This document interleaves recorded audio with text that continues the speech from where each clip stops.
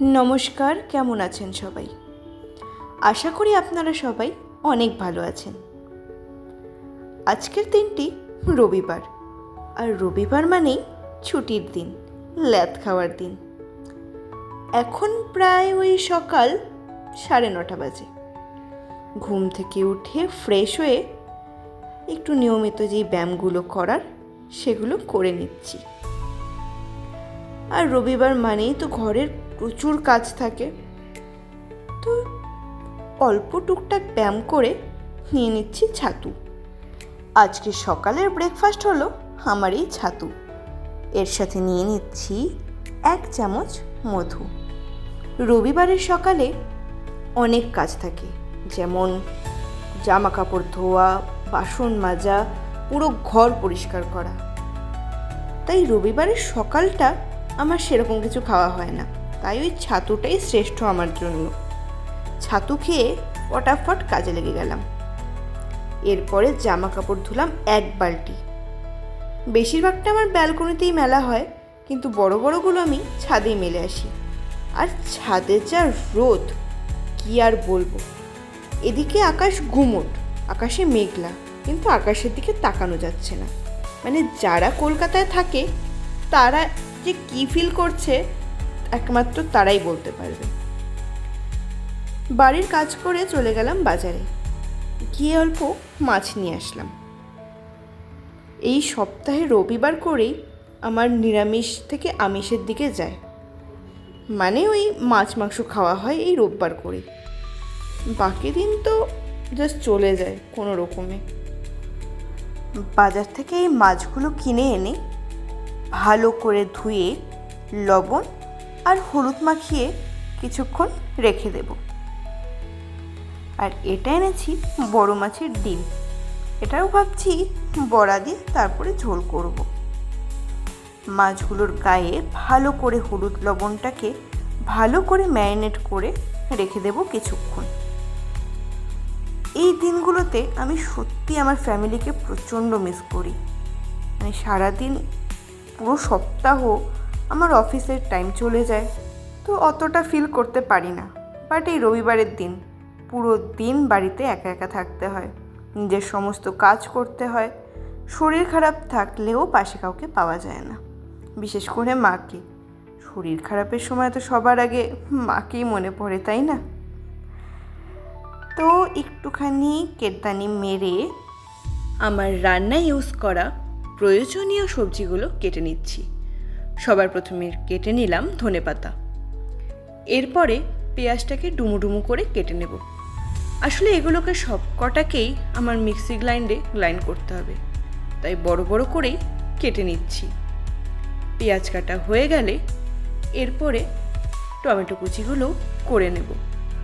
টমেটোকে অত ছোট ছোট করে কুচি করব না, মোটামুটি 2 ভাগ করে টমেটোর ভেতরের বীজগুলোকে ফেলে দেব। মানে সবাইকে বলতে শুনি যে টমেটোর বীজ নাকি খাওয়া একেবারেই ভালো না। আর আমিও টমেটো খুব একটা বেশি পছন্দ করি না। মানে একটা টাইম তো এমনও গেছে যে আমি টমেটো একেবারে মুখেই দিতাম না। কিন্তু ধীরে ধীরে মনে হচ্ছে যে স্কিন আমার প্রচণ্ড খারাপ হয়ে যাচ্ছে, আর টমেটো দিলে রান্নার স্বাদ অনেকটা বাড়ে। তাই এখন ধীরে ধীরে করে টমেটো খাওয়াটা স্টার্ট করছি। তো টমেটো কাটা হয়ে যাওয়ার পরে আমি আমটাকেও কুচি কুচি করে কেটে নিচ্ছি, কারণ আজকে আমি মাছের ঝোল, আমের টক এগুলোই বানাবো। সবার প্রথমে প্যানটা বসিয়ে বেশ খানিকটা তেল দিয়ে দিলাম। এরপরে একে একে করে মাছ ভাজছি। আর পৃথিবীতে যদি আমার কাছে সবথেকে কঠিন কোনো কাজ হয়ে থাকে সেটা হচ্ছে মাছ ভাজা। মানে ছোটোবেলা থেকে, মানে যবে থেকে আমি একা একা রান্না করছি তবে থেকে আমার কাছে মাছ ভাজাটা একটা চ্যালেঞ্জিং ব্যাপার। মাছ আমি ঠিকঠাক ভাজতে পারিই না, হয় কড়াইয়ে লেগে যাবে, নয় এমন ফুটবে যে তাকে আমি আর উল্টাতে পারবো না, পুড়ে যাবে। এই হচ্ছে চলে। আর এই দেখুন, আপনাদেরকে গল্প করতে করতেই মাছ আমার কি অবস্থা হয়ে গেছে। তো গল্প করতে করতে এবং রান্না করতে করতে ওদিকে মিক্সি গ্রাইন্ডারে কিন্তু আমি করে নিলাম পুরো আমার বাটাগুলো।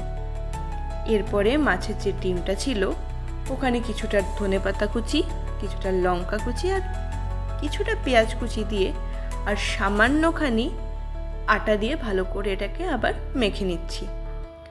আটার বদলে আপনারা ময়দা, বেসন এগুলো ইউজ করতে পারেন। মাছ ভাজার তেলে এই ব্যাটারটাকে দিয়ে ভালো করে এবার দুপিট ব্রাউন করে ভেজে নেব। দুদিকটা ভালো করে ভাজা হয়ে গেলে এবং ভেতরেও যাতে কাঁচা ভাব না থাকে সেটা চেক করে এরপরে আমি একে একে বড়াগুলো তুলে নিচ্ছি। একটু অসুবিধা হচ্ছিল, কারণ এক হাতে ফোন, এক হাতে এই কড়াই, একটু অসুবিধা হলেও আস্তে আস্তে করে পুরোটাকে তুলে নিলাম। এবার এই যে তেলটা রয়েছে এর মধ্যেই দিয়ে দিলাম কালো জিরা ফোড়ন। কিছুক্ষণ ভালো করে নেড়ে চেড়ে সেই পেস্ট করে রাখা মশলাটা, যার মধ্যে ছিল আমার পেঁয়াজ, ধনেপাতা আর টমেটো বাটাটা, এগুলো সমস্ত কিছুকে এবার ভালো করে কষিয়ে নেব। এবং তার সাথে এখানে আমাদের যেই প্রত্যেক দিনের গুঁড়ো মশলা, যেমন লবণ, অবশ্য লবণটা আমি এখানে বাটার সময় দিয়ে দিয়েছি, মিক্সিতে গ্রাইন্ড করার সময়, তো এখন আর এক্সট্রাভাবে দেব না, যথেষ্ট পরিমাণে রয়েছে। তো এখন ওই জিরে গুঁড়ো, ধনে গুঁড়ো, হলুদ গুঁড়ো এগুলো সব একে একে করে দিয়ে ভালো করে নাড়াচাড়া করব। মশলা কষে যাওয়ার পরে এর মধ্যে খানিকটা জল দিয়ে আগে থেকে ভেজে রাখা মাছের ডিম আর সেই ভাজা মাছগুলোকে দিয়ে ভালো করে ফুটিয়ে নেব। ভালো করে ফোটানো হয়ে গেলে তারপরে একে একে আমি একটা বাটির মধ্যে বেশ সুন্দর করে এগুলোকে তুলে রাখবো। তো মাছের ঝোল তো আজকের মতো আমার কমপ্লিট। এরপর গার্নিশিংয়ের জন্য ওপর থেকে কিছুটা ধনেপাতা ছড়িয়ে দেব। তারপর ফ্রাই প্যানটাকে আবার ভালো করে ধুয়ে আবার গরম করতে বসিয়ে দিলাম। কড়াই গরম হয়ে যাওয়ার পরে এতে দিয়ে দিলাম শুকনো লঙ্কা আর 5 ফোড়নের ফোড়ন। এরপরে আমটাকে দিয়ে ওখানে দিয়ে দিলাম বেশ খানিকটা লবণ, কারণ আম এতটা টক, তাকে কাটানোর জন্য বেশি করে তো লবণ দিতেই হবে। আর এত টক তো শুধু লবণ দিয়ে খাওয়া যাবে না, তাই চাটনির মধ্যে দিয়ে দিলাম কিছুটা গুড়। এখানে মোটামুটি আমি 2 টেবিল স্পুনের থেকে একটু বেশি গুড় আমি ব্যবহার করেছি। আপনারা চাইলে আপনাদের মতো করে সুবিধা মতো যতটা আপনারা টক ঝাল মিষ্টি খাবেন সেই অনুযায়ী দিতে পারেন। এরপরে এই আমটাকে ভালো করে জাল দিয়ে একটু নরম হওয়া অবধি এবং জলটা টেনে নেওয়া অবধি জাল করে নেব। আর ভাতের সাথে আমি দিয়েছিলাম করলা আলু সেদ্ধ। এটা জানেন তো আমার না খুব প্রিয় খাবার। এর সাথে কিছুটা কাসুন্দ আর লঙ্কা কুচি দিয়ে ভালো করে মেখে নেব। তা এই হলো আমার আজকের দুপুরের লাঞ্চ। গরম গরম ভাত, করলা সেদ্ধ, কুমড়ো সেদ্ধ, স্যালাড, মাছের ঝোল, মাছ ভাজা, মাছের ডিম ভাজা আর চাটনি। দুপুরে খেয়ে দিয়ে একটু রেস্ট নিয়ে রেডি হয়ে বেরিয়ে পড়লাম একটা নার্সারিতে যাব জন্য। অনেক দিন ধরেই ভাবছি একটা নার্সারিতে যাব, কিছু গাছপালা দেখব, আর যদি পছন্দ হয়ে যায় তাহলে একটা দুটোকে উঠিয়েও নিয়ে আসব। আর এখন আমি পৌঁছে গেলাম একটা সুন্দর নার্সারিতে। চারিদিকে রূপকথার মতো ফুল ফুটে আছে, একেবারে মনের মতো, চারিদিকটাই সবুজ। আর এই জায়গাটা হলো রাজারহাটের শিখারপুর। নার্সারিটার নাম হলো রামকৃষ্ণ নার্সারি। চারিদিকে এত গাছ, বিশেষ করে জবা গাছ, গোলাপ গাছে তো ভর্তি। আর এখানে রয়েছে অসংখ্য মিনি গোলাপ, গাছ ভরে ফুল ফুটে রয়েছে। এখন যদিও গোলাপের সিজন নয়, কিন্তু তবুও এত সুন্দর করে এরা যত্ন করে গাছগুলোকে তৈরি করেছে এবং এত সুন্দর করে এদের কাটিং করা রয়েছে। তবে এখানে যিনি মালি রয়েছেন, যিনি গাছের দেখাশোনা করেন, তিনি বললেন যে এখন গাছের ফুল সেরকমভাবে দেখা যাবে না, তার বিশেষ কারণ হচ্ছে এখন তাদের কাটিং চলছে। তবে গাছ ভরে করি, আর মোটামুটি সপ্তাহ 2 পরে গেলে এখানে আরও ফুলের দেখা পাওয়া যাবে। কত যে রং বেরঙের এখানে গোলাপ, হালকা বেগুনি থেকে শুরু করে ডিপ লাল পর্যন্ত। এত গোলাপ দেখে আমার মন তো পুরো খুশি হয়ে গেছে।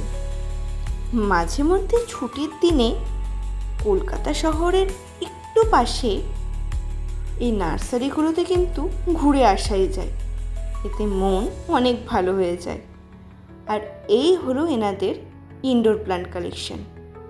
এখানে বিভিন্ন রকমের মানি প্ল্যান্ট, কয়েন প্ল্যান্ট আর বিভিন্ন রকমের গাছ রয়েছে যাদের নামও আমি জানি না। আর এই সাদা পাতাগুলোকে দেখুন কি সুন্দর লাগছে। আর এখানে এসেই যেটা প্রথম নজর কাড়ে সেটা হচ্ছে এই গাছের কাঁচা কাঁচা আম।